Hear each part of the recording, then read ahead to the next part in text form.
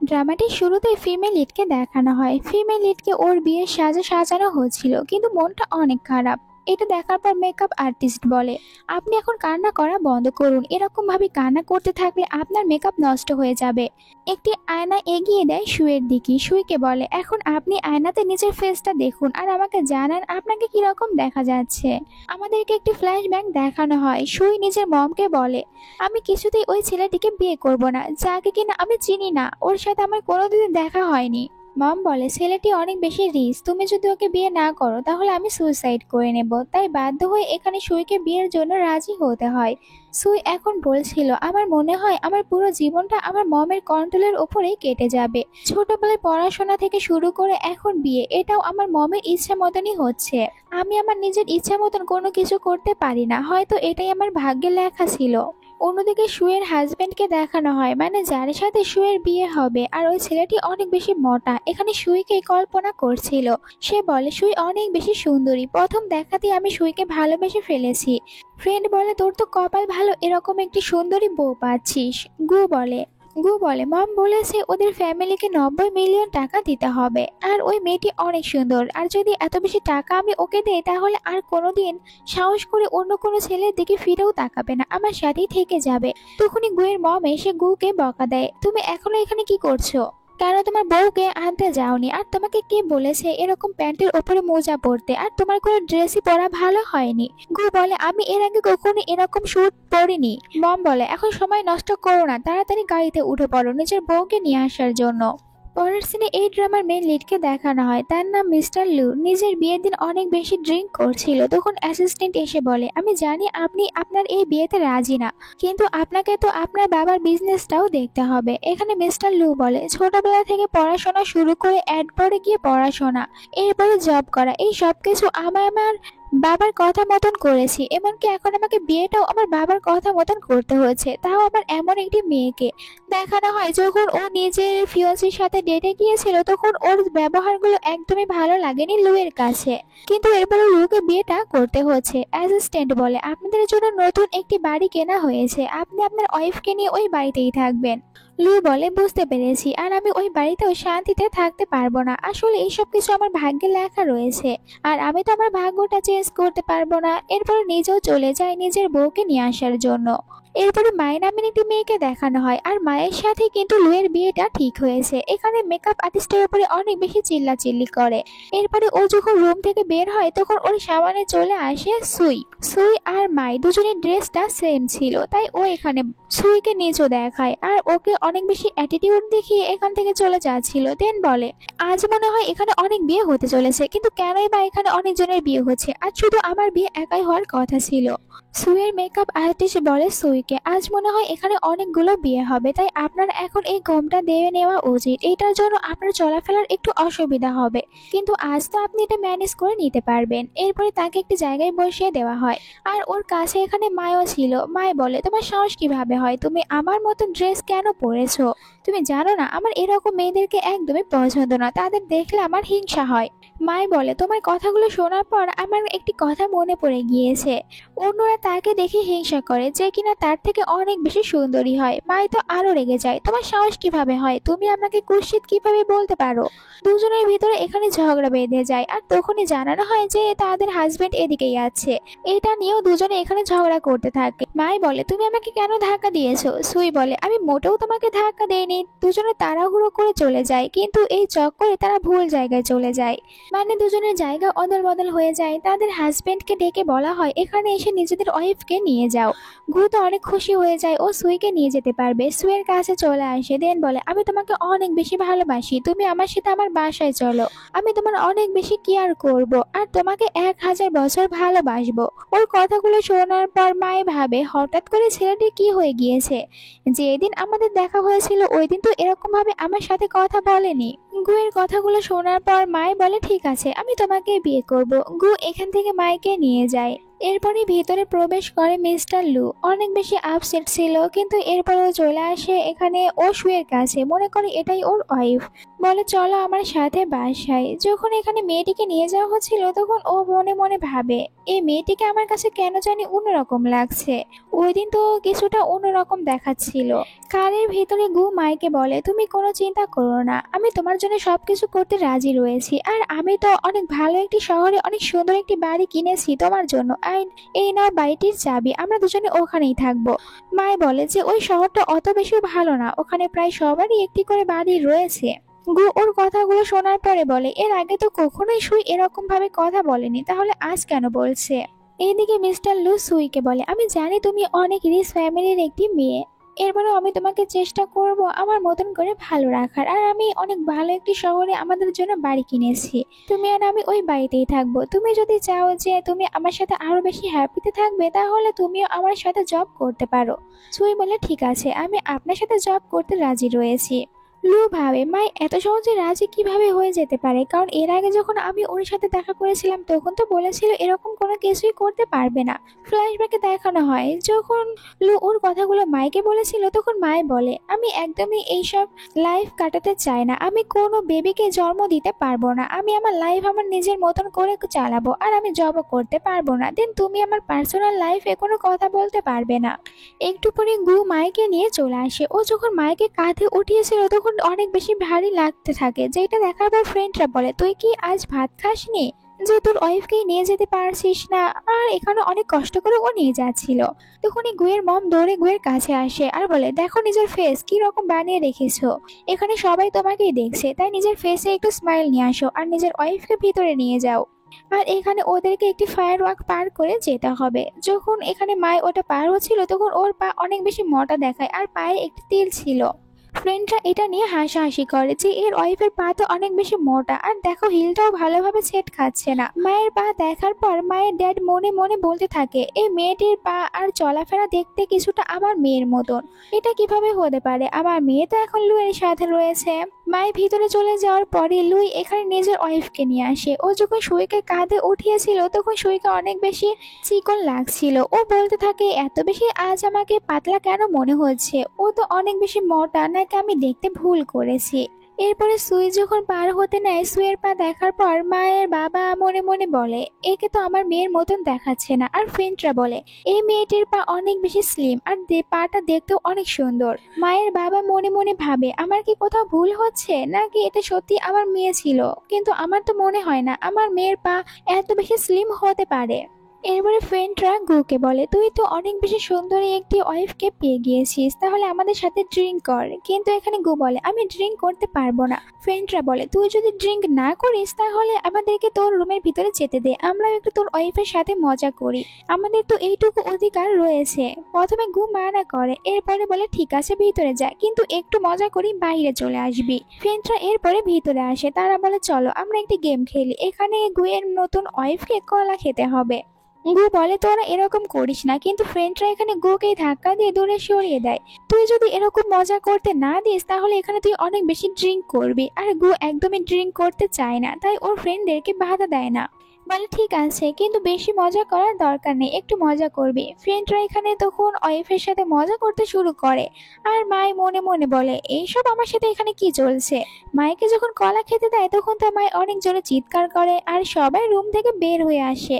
মাই ওদেরকে মারার জন্য বাইরে আসে। তোমাদের সাহস কিভাবে হয়, তোমরা আমার সাথে ফ্লার্ট করছো, ছোটবেলা থেকে আমি কখনোই অপমান সহ্য করিনি, আজও সহ্য করবো না, তোমাদেরকে মেরে ফেলবো। সুয়ের মা ভাবে, এটা কি আমার মেয়ে, আমি তো চোখকে বিশ্বাস করতে পারছি না। অন্যদিকে দেখানো হয় লুয়ের ফ্রেন্ডদেরকে। তারা বলছিল, লুয়ের ওয়াইফ তো অনেক বড় ফ্যামিলির একটি মেয়ে, আমরা যদি ওর সাথে মজা করতে চাই তাহলে আমাদের হাড়হাড্ডি ভেঙে দেবে, তাই আমরা মজা করব না। এরপরে লুয়ের ড্যাড লুকে বলে, তুমি এখন ভিতরে যাও, তোমার ওয়াইফের ঘোমটা সরাও আর ওর ফেস দেখো, মনে রেখো তোমার কাছে 10 মিনিট সময় রয়েছে, এরপরে বাইরে আসবে, আমাদেরকে এখানে চা খেতে দেবে, এরপরে আমরা চলে যাব। লুও তখন কথা মতন ভিতরে আসে। এখানে সুইকে মাই ভেবে বলে, জানি আমরা দুজনে একে অপরকে ভালোবাসি না, কিন্তু আমাদের বিয়ে হয়ে গিয়েছে, তাই আমাদেরকে এখন একসাথেই থাকতে হবে। আর আমি তোমার সব শর্তগুলো মেনে নিয়েছি। সুই কথাগুলো শোনার পর অবাক হয়ে যায়। আমি তো কোনো শর্ত দেইনি। ভিতরে মাইকে দেখানো হয় নিজের হাজবেন্ডকে বকা দিয়ে বলে, তোমার ফ্রেন্ডরা এখানে তোমার ওয়াইফের সাথে বাজে ব্যবহার করছিল আর তুমি দাঁড়িয়ে দাঁড়িয়ে থেকে দেখছিলে। গু বলে, ওরা আমাকে ড্রিঙ্ক করতে বলছিল কিন্তু আমি ড্রিঙ্ক করতে চাই না। মায়ের তখন গুয়ের কথাগুলো শোনার পর অনেক বেশি রেগে গিয়েছিল, গুকে মারার জন্য উঠে পড়ে। কিন্তু যখন গুকে দেখতে পায় তখন অনেক বেশি শকড হয়ে যায়। অন্যদিকে লু যখন ঘোমটা উঠিয়েছিল তখন ঘোমটার নিচে মাইকে না দেখে সুইকে দেখতে পেয়ে অবাক হয়ে যায়। তখন বাইরে ড্যাড আসে, বলে ভিতরে কি হয়েছে, সবকিছু ঠিক আছে তো? এতে লু বলে যে হ্যাঁ সবকিছু ঠিক আছে। এখানে লু আর সুই তারা দুজনেই বুঝতে পারে যে তারা এখানে এক্সচেঞ্জ হয়ে গিয়েছে, মানে তাদের হাজবেন্ডের সাথে অন্য কারোর বিয়ে হয়েছে আর এখানে লুয়ের ওয়াইফের সাথে অন্য কারোর বিয়ে হয়েছে। লু বলে অনেক বড় একটি মিস্টেক হয়েছে। সু বলে কি এমন মিস্টেক হয়েছে? এরপরে ও যখন দেওয়ালে থাকা বিয়ের ছবি দেখে তখন ওখানে মাইকে দেখতে পায়। লু বলে, তোমার হাজবেন্ড এরকম ভাবে অন্য আরেকটি মেয়েকে নিয়ে যাওয়া ঠিক হয়নি, আর আমি তো ওখানে তোমাকেই দেখতে পেয়েছিলাম। এইদিকে মায় বলছিল, এখন আমার কি হবে, আমি তো এখনো ভার্জিন রয়েছি, আমি আমার বাবাকে মুখ কিভাবে দেখাবো আর লু ফ্যামিলিকে বা কি বলবো। তখনই গুয়ের মম বাইরে আসে, বলে তোমাদের ড্রেস চেঞ্জ করা হয়েছে, তাহলে বাইরে আসো আর সবাইকে চা খেতে দাও। মাইক গুকে বলে, এক্ষুনি কোনো কিছু করো আর কিছুতেই তোমার মমকে ভিতরে আসতে দেবে না। যদি তুমি কিছু করতে না পারো তাহলে আমি তোমাকে মেরে ফেলবো। আমি এটা একদমই চাই না কেউ আমাকে এরকম ভাবে দেখেনি। তুমি তোমার মমকে এখান থেকে চলে যেতে বলো। গু বলে, উনি আমার মম, আমি আমার মমকে চলে যেতে বলতে পারবো না। মাই বলে, তুমি যদি ওনাকে চলে যেতে না বলো তাহলে এখানে আমি তোমাকে মেরে ফেলবো আর মেরে তোমার মুখও পুরো নষ্ট করে দেব। তোমার মমকে বলো আমাদের দুজনের বিয়ে হয়েছে, আমরা চাই না যে এখানে কেউ আসুক আর আমাদেরকে ডিস্টার্ব করুক। মাই গুকে অনেক বেশি ভয় দেখায়, এই কারণে গু এখানে মমকে বলে, এখন আমার বিয়ে হয়েছে আর আমি চাই না ভিতরে কেউ আসুক। এই কথাটি শোনার পর মম বলে, তুমি এসব কি বলছো, তাড়াতাড়ি দরজা খোলো আর আমাকে ভিতরে যেতে দাও। গু বলে, এখন আমি 32 বছরের হয়ে গিয়েছি, তাই আপনার কথা শুনতে পারবো না, আর আজ আমার বিয়ে হয়েছে তাই আমি দরজা খুলতে পারবো না, কারণ ওকে তো মায়ে অনেক বেশি ভয় দেখিয়েছিল। এরপরও মম এখান থেকে যাওয়ার নাম নিচ্ছিল না। মায়ে তখন বলে, আস্তে করো, এইটা আমার ফার্স্ট টাইম। এই কথাটি বাহিরে সবাই শুনতে পায়, তাই তারা লজ্জা পেয়ে এখান থেকে চলে যায়। গুয়ের মম ওনাদেরকে আটকানোর চেষ্টা করে আর সুয়ের মম এসে গুয়ের মমকে বলে, আপনার ছেলে কত খারাপ একটি ছেলে, জীবনে হয়তো কোনো মেয়েকে দেখেনি তাই বিয়ের প্রথম দিনই এসব করতে শুরু করেছে। এইদিকে লু আর সুকে একসাথে দেখানো হয়। এখন তারা ভাবছিল কি করবে, আর সুই বলে, আমি তো এখন এখান থেকে বের হতে পারবো না আর বাইরে সবাই রয়েছে। লু বলে, আমার কাছে একটি প্ল্যান রয়েছে, তুমি আমার কথা মতন কাজ করো। তারা দুজনে এখানে কথা বলতে থাকে। সু বলে, এরকম ভাবে করো না, এখনো বাইরে সবাই অনেক লোক রয়েছে, আমাদেরকে বাইরে যেতে হবে। লু বলে, তোমার বডি এত ভালো যে আমি নিজেকে কন্ট্রোল করতে পারছি না। এইসব শোনার পর বাইরে থাকা সবাই একে একে বাহানা দিয়ে চলে যায়। এরপরে দুজনে একে অপরের সাথে নিজেদের লাইফ নিয়ে কথা বলে। সুই বলে, তাহলে তুমিও তোমার এই বিয়েতে রাজি ছিলে না, কিন্তু তুমি তো একজন ছেলে, তাহলে কেন তোমার বাবাকে মানা করতে পারোনি? আমি না হয় মেয়ে ছিলাম। লু বলে, আমার বাবা হার্টের পেশেন্ট, তাই আমি ওনাকে এই সম্পর্কে মানা করতে পারিনি। এইদিকে দেখানো হয় মাই আর গুকে, তারাও এখন একে অপরের সাথে গল্প করছিল, নিজেদের লাইফ নিয়ে কথা বলে। গু বলে, ছোটবেলা থেকে আমি আমার মমের কথা মতনই সব কাজগুলো করে এসেছি। মাই বলে, বাট তুমি এখন বড় হয়েছো, তাই এরকম ভাবে সবসময় তোমার তোমার মায়ের কথা মতন কাজ করবে না। গু বলে, কিন্তু এখন আমার এটার অভ্যাস হয়ে গিয়েছে। তখন মাই বলে, আমি তোমাকে একদম মেরে ফেলবো, এরকম কথা বলবে না। মায়ের লাইফের কথাগুলো শোনার পর গু বলে, এর মানে তুমি বলতে চাচ্ছ তোমার বাবার তোমাকে নিয়ে কোনো পরোয়া নেই, এই কারণে তুমি এত বেশি রাগ করো আর এরকম রুড হয়ে গিয়েছো। মায়ে বলে যে হ্যাঁ, উনি আমাকে নিয়ে কোনো পরোয়া করে না, সবসময় কাজে অনেক বেশি বিজি থাকে। ছোটবেলা থেকে আমার মম আমাকে কন্ট্রোল করে এসেছে আর ওনার কথা মতনই আমি কাজ করেছি, তাই বড় হওয়ার পর ওনাকে ছাড়া কোনো কিছু ভাবতেই পারি না। মায় বলে, কিন্তু তুমি এখন বড় হয়েছো, তাই তোমার মমের কথা মতন কাজ করা বন্ধ করো। আর হ্যাঁ, তোমার যে ফ্রেন্ডগুলো এখানে এসেছিল ওদের কাছ থেকে দূরে থাকো, ওইসব ফ্রেন্ড কোনো কাজের না, বরং তোমার ক্ষতি করে দেবে। গু বলে, কিন্তু ওদেরকে এখন আমি ছাড়তে পারবো না। মায় বলে, তোমাকে ছাড়তেই হবে, নয়তো আমি তোমাকে মেরে ফেলবো। এভাবেই রাত অনেক গভীর হয়ে যায়। তখন বলছিল সুই লুকে যে বাইরে গিয়ে দেখো, মনে হয় সবাই এখন চলে গিয়েছে, আমার এখান থেকে যাওয়া উচিত। এইদিকে মায়ও গুকে বাইরে বের করে দিয়েছিল চেক করার জন্য। তখন তারা দুজনে একে অপরকে দেখতে পায়। লু বলে, তোমার ওয়াইফ আমার রুমে রয়েছে, আর গু বলে, তোমার ওয়াইফ আমার রুমে রয়েছে। এরপরে তাদের দুজনেরই ওয়াইফ বাইরে চলে আসে আর নিজেদের জায়গা চেঞ্জ করে নিচ্ছিল। এমনটি করতে তাদের দুজনেরই খারাপ লাগে। রাতে সুই গুয়ের সাথে শুয়ে পড়েছিল আর এখানে বলছিল, আমি তোমাকে একটি কথা বলতে চাই, এই সব কিছুর জন্য আমার একটু সময়ের প্রয়োজন। গু বলে, হ্যাঁ আমি বুঝতে পেরেছি, আমিও তোমাকে এই কথাটাই বলতে চাচ্ছিলাম। আজ তো আমি ভুল করে অন্য আরেকটি মেয়েকে বিয়ে করে নিয়ে এসেছিলাম, আর আমি জানি যে তোমার মনে আমার জন্য কোনো ফিলিংস নেই, তাই কাল থেকে আমরা দুজনে আলাদা রুমে ঘুমাবো। সুই বলে, কিন্তু তোমার মম যদি বেবির জন্য তাড়াহুড়া লাগিয়ে দেয় তখন তুমি কি করবে? গু বলে, আজ মাই আমাকে বলেছে আমি এখন বড় হয়ে গিয়েছি, তাই আমি এখন আমার মমের কথা শুনবো না, নিজের ইচ্ছে মতন কাজ করব। অন্যদিকে দেখানো হয় লুকে। ও যখন মায়ের সাথে ঘুমিয়েছিল তখন মায়ের নাক ডাকার কারণে ভালো করে ঘুমাতে পারে না। তখন সুয়ের কথা মনে পড়ে। ভাবছিল এরপরে যখন সুয়ের সাথে আমার আবারও দেখা হবে তখন কি আমি সুইকে হাই হ্যালো বলবো, নাকি এমন ভাবে প্রথমবার কথা বলবো যেন এটাই আমাদের দুজনের প্রথম দেখা। সুয়ো এইদিকে তখন ওর আজকের দিনের কথাটা ভাবছিল যে আজকের দিনটা একদম পুরো স্বপ্নের মতন ছিল, যদি এটাই আমার রিয়েল লাইফ হতো তাহলে অনেক ভালো হতো, বাট এইসব কিছু স্বপ্ন। সুই এটাও বলে, আমি অনেক ভালো একটি ফ্যামিলির স্বপ্ন দেখেছিলাম, কিন্তু আমি বুঝতে পেরেছি এই ফ্যামিলিটি আমার জন্য যোগ্য না, এখানে কেউ আমাকে ভালোবাসে না।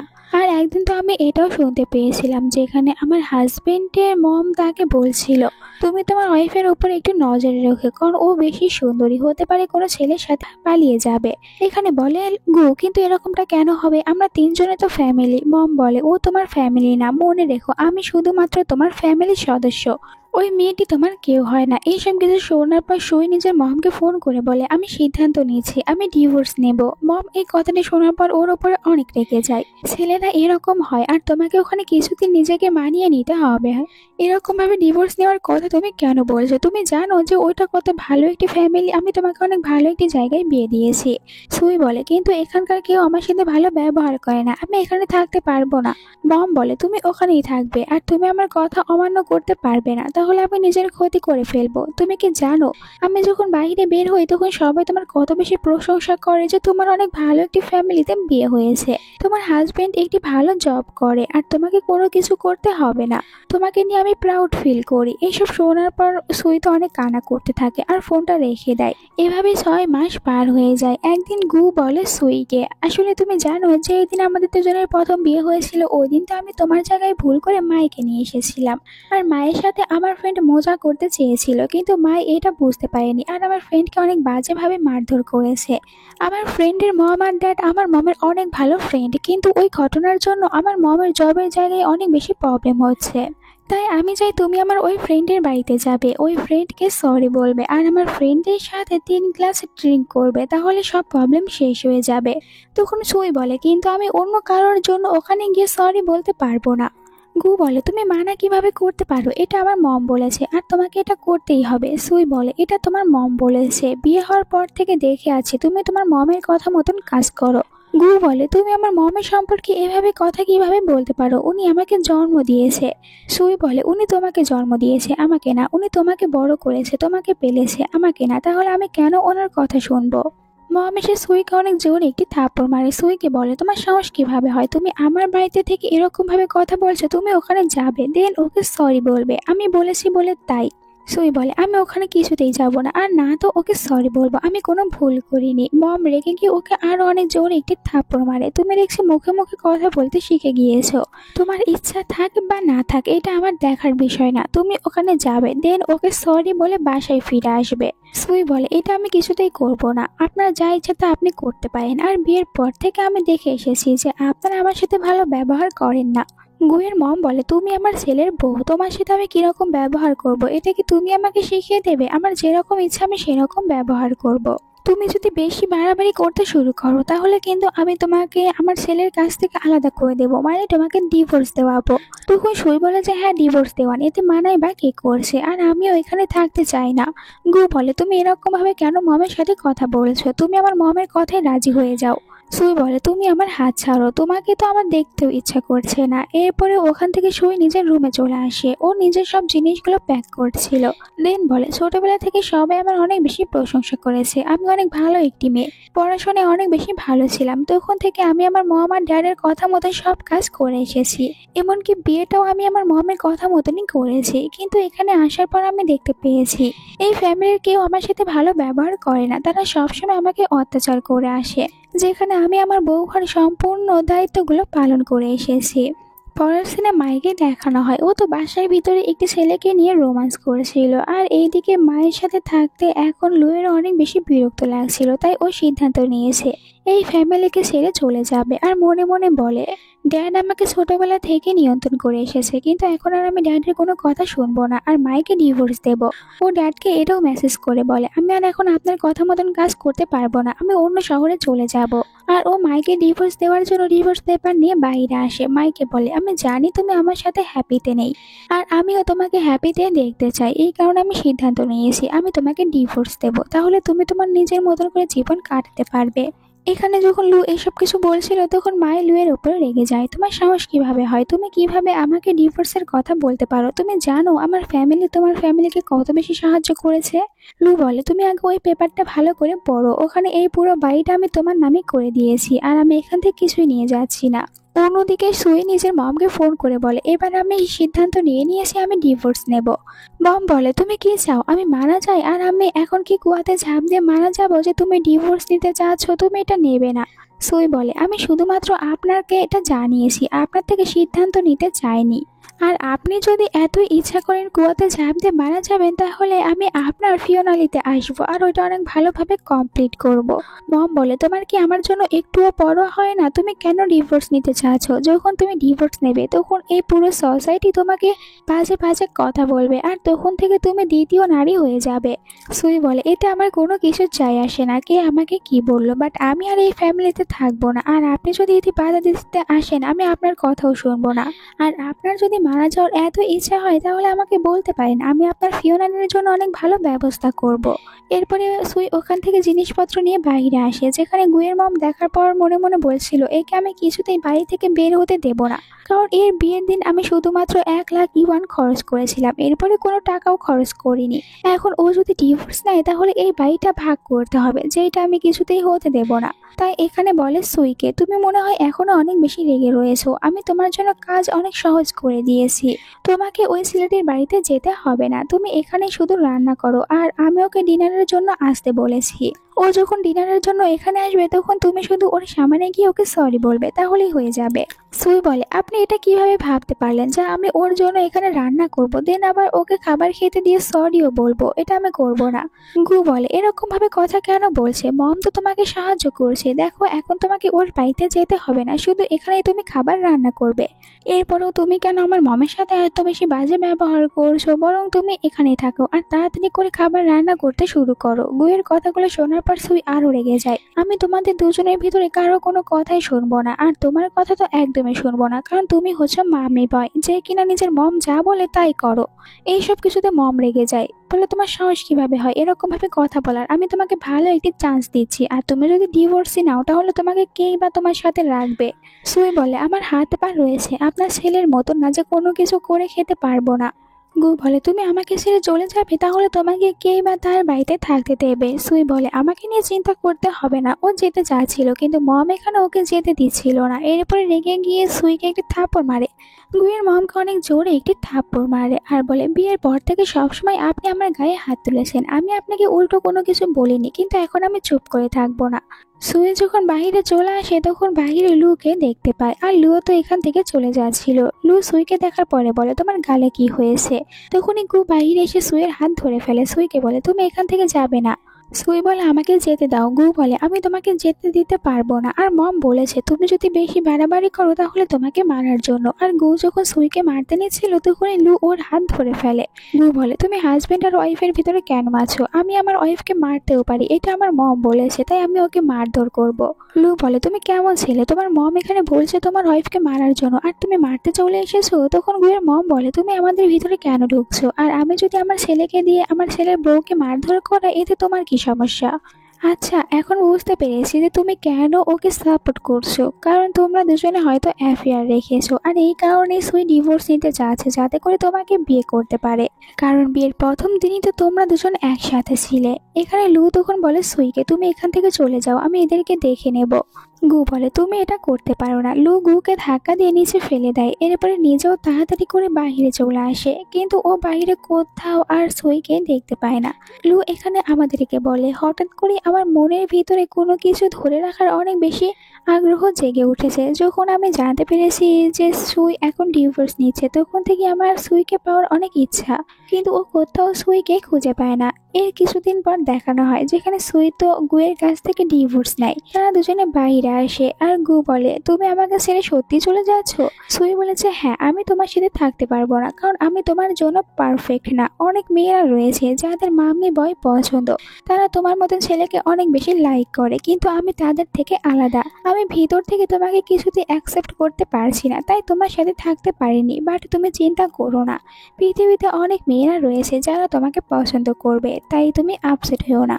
অন্যদিকে দেখানো হয় লু আর মাইকে, তারা দুজনেও ডিভোর্স নিয়ে বাইরে বের হয়। এখানে বলে লু মাইকে, তুমি শুধু একটু রুড নয় তো, তুমি অনেক ভালো একটি মেয়ে। আমি জানি তুমি অনেক ভালো, আর এখন তুমি তোমার লাইফটা ভালোভাবে কাটাতে পারবে, তাই তুমি হ্যাপি থাকো। আমি তোমাকে হ্যাপিতে দেখতে চাই। মাই ওখান থেকে গুয়ের সাথে দেখা করতে আসে, গুকে নিজের কারের ভিতরে উঠিয়ে নেয়। এরপরে গুয়ের হাতে ডিভোর্স লেটার দেখার পর গুকে জিজ্ঞাসা করে, তুমিও ডিভোর্স নিয়েছো?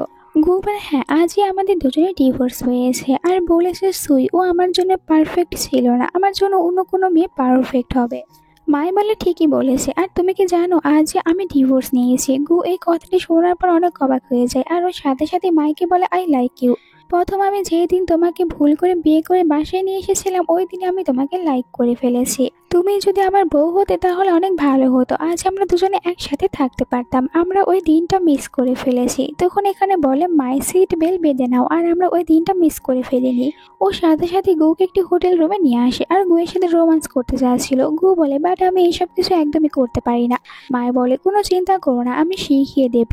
এরপরে দেখানো হয় সুইকে। সুই এখন বলে আমাদেরকে, আমার জীবনটা ওখান থেকে আসার পর অনেক বেশি সুন্দর হয়ে গিয়েছে।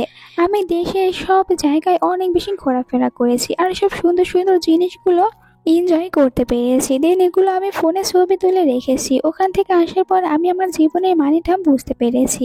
ওখানে আমার জীবনটা একটি রুমের ভিতরে বন্দি ছিল, কিন্তু এখন আমি বাইরে বের হয়ে জীবন উপভোগ করতে শিখে গিয়েছি।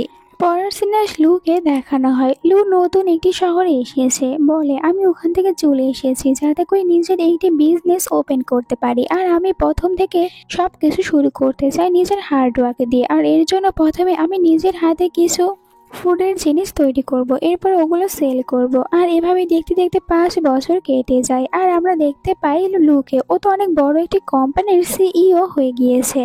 অন্যদিকে গুয়ের মমকে দেখানো হয় গু মাইকে বাসায় নিয়ে আসে। মমকে বলে, এই মেয়েটি হচ্ছে আমার গার্লফ্রেন্ড, আর আমরা দুজনে বিয়ে করতে চাই। মাই রেগে বলে গুয়ের মমকে, আমি প্রথম তোমার সাথে দেখা করছি, আর তুমি কিনা এরকম আর চোখে আমাকে দেখছো?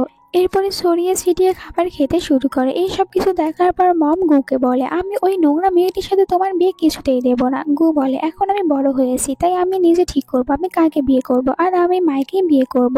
মম এতে রেগে যায় গুয়ের উপরে, ও গুকে থাপড় মারে। তখন এখানে মাই চলে আসে, মমের সাথে ঝগড়া করতে শুরু করে যে তুমি আমার বয়ফ্রেন্ডকে কেন মেরেছো, আর ওকে বুড়িও বলে ফেলে, যার কারণে মম তো রেগে যায় মায়ের উপরে। তোমার সাহস কিভাবে হয়, তুমি আমাকে এখানে বুড়ি বলো? কিন্তু এবার মম মায়ের সাথে পেরে ওঠে না, আর মায় তো এখানে বারবার মমকে অর্ডার করছিল। এই সব কিছু দেখার পর মমের বারবার সুয়ের কথা মনে পড়ে যায়। সুই কত ভালো একটি মেয়ে ছিল, সবসময় আমার কথা মতন কাজ করতো। সুই যে এখন কোথায় চলে গিয়েছে, এখন আফসোস করতে থাকে। পরের সিনে মাইকে দেখানো হয় মাই নিজেও এখন অনেক বড় একটি কোম্পানিতে জব করে, আর এখানে মায়ের অ্যাসিস্ট্যান্ট মাইকে বলে, আমাদের কোম্পানির সব প্রোডাক্টগুলো দেশের ভিতরে অনেক বেশি সেল হয়েছে, কিন্তু এগুলো আমরা বাইরে সেল করতে পারছি না। এর জন্য আমাদের অন্য কোনো বড় কোম্পানির প্রেসিডেন্টের সাহায্যের প্রয়োজন রয়েছে, যারা কিনা বাইরে নিজেদের প্রোডাক্টগুলো সেল করতে পারে। আর এর জন্য একটি কোম্পানি আমাদেরকে সাহায্য করতেও রাজি হয়েছে। সেই কোম্পানিটির নাম হচ্ছে লুজিয়াং। ওনার সাহায্যে আমরা আমাদের কোম্পানির প্রোডাক্টগুলো মার্কেটিং করতে পারবো। এতে করে সুই অনেক খুশি হয়ে যায়। দেন বলে, ওই সিওর নাম আর আমাকে দিও, আর ওই সিওকে বলে যে আমি ওনার সাথে দেখা করতে চেয়েছি, আমি পার্সোনালি ওনার সাথে কথা বলতে চাই, কারণ ওনার জন্য আমাদের কোম্পানির এত বড় একটি কাজ হতে চলেছে। এরপরে মাই ওখান থেকে নিজের কোম্পানিতে আসে। এখানে ও বসে বসে তখন লুইয়ের কথা ভাবছিল। অনেকদিন পর লু জিয়াং নামটি শোনার পর আমার লুইয়ের কথা মনে পড়ে গিয়েছে। তখনই সুইয়ের মম সুইকে ফোন করে। দেন সুইকে কান্না করে বলে, তুমি কি এখনো আমার উপরে রেগে রয়েছো যে আমি কেন তোমাকে ওই দিন সাপোর্ট করিনি? 5 বছর হয়ে গিয়েছে, আমি তোমাকে দেখতে পাইনি, তুমি আমার সাথে দেখা করতেও আসোনি। সুই বলে, এখন আর আমি আপনার উপরে একদমই রেগে নেই, আসলে আমি এখানে কাজে অনেক বেশি বিজি রয়েছি। মম বলে, তুমি যে ডিভোর্স নিয়েছো এতে আমার একদমই কোনো কিছু বলার নেই, আসলে আমি তোমাকে অনেক বেশি ভালোবাসি, তাই চেয়েছিলাম তোমার লাইফটা যেন আমার মতো না হয়, এই কারণে তোমাকে ভালো একটি ফ্যামিলিতে বিয়ে দিয়েছি। আর ছোটবেলা থেকে তোমাকে কন্ট্রোল করার চেষ্টা করেছি যাতে করে তুমি আমার কাছ থেকে দূরে চলে না যাও। এই সব কিছু শোনার পর সই বলে, আমি জানি আপনার এতে কোনো দোষ নেই আর আমি আপনার উপর রেগেও নেই। মম বলে, তাহলে তুমি কি আমার সাথে দেখা করতে আসতে পারবে? অনেকদিন হয়ে গিয়েছে আমি তোমাকে দেখি না। সুই বলে, কয়েকদিনের ভিতরে আমার একজন ক্লায়েন্টের সাথে দেখা করতে হবে, আর ওনার সাথে দেখা করার পরই আমি দেশে ফিরে যাব আপনার সাথে দেখা করতে। মম এতে অনেক খুশি হয়ে যায়। এরপরে সুই কোম্পানির প্রেসিডেন্টের সাথে দেখা করতে আসে। লুকে দেখার পর অবাক হয়ে যায়। লু বলে সুইকে, অনেক বছর পর তোমার সাথে দেখা হলো। তারা দুজনে একসাথে কফি খেতে বসে। এখানে জিজ্ঞাসা করে সুই, তুমি ডিভোর্স কিভাবে নিয়েছো?